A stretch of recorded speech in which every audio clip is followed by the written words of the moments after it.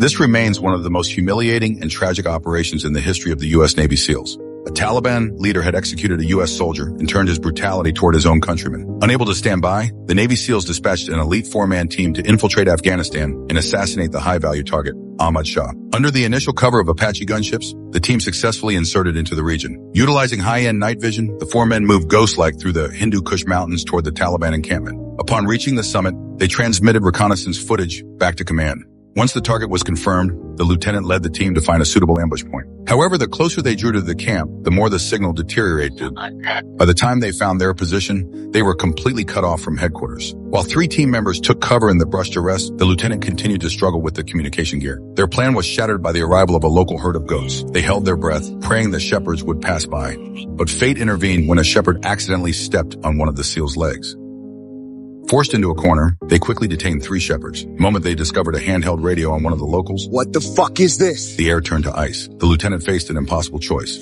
Marcus advocated for release, a move of mercy, but one that risked exposure and a near-certain ambush. The other members advocated for execution, the safest tactical choice, but a violation of the rules of engagement that would lead to a court-martial. After a heated debate, the lieutenant chose the path of compassion. They released the shepherds and turned back to retreat toward the mountain peak where they last had a signal, hoping to call for reinforcements and regroup for a later strike. One of the shepherds leaped down the mountain like a goat and immediately betrayed the team. As they neared the summit, the lieutenant realized something was wrong. In under 5 minutes, over 100 Taliban insurgents had fanned out, encircling the entire peak. A massive firefight erupted instantly. Facing a rain of lead from PKM light machine guns positioned on the high ground, the SEAL team was forced to execute a leapfrog withdrawal, the fire and movement tactic. The team members took turns providing cover, alternating their retreat. Yet in the eyes of the 4 SEALs, the enemy was invisible in the dense brush. The Taliban's familiarity with the terrain far exceeded their own. Constant reinforcements pushed the Americans into total desperation.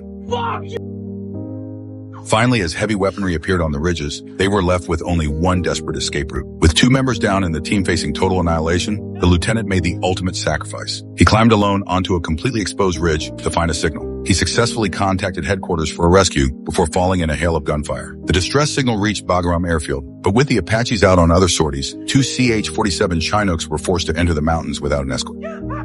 Just as the rescuers prepared to fast rope down, an RPG-7 soared through the air and gutted the lead helicopter. 16 Navy SEALs and Special Operations aviators perished instantly. In that moment, the fireball blooming in the sky incinerated Marcus's last shred of hope. Dragging his mangled leg to a stream, he encountered the very Afghan shepherd he had released. At that moment, his kindness was repaid. The shepherd brought him to his village and bandaged his wounds. However, his presence triggered a brutal Taliban reprisal against the entire village. It was only at the final second that the world's most lethal gunship, the AH-64 Apache, and the AC-130 Spectre gunboat appeared in the sky. As the 30mm cannons and 105mm howitzers rained at death from above barrage onto the Taliban positions, the harrowing ordeal of Operation Red Wings finally came to a bloody close.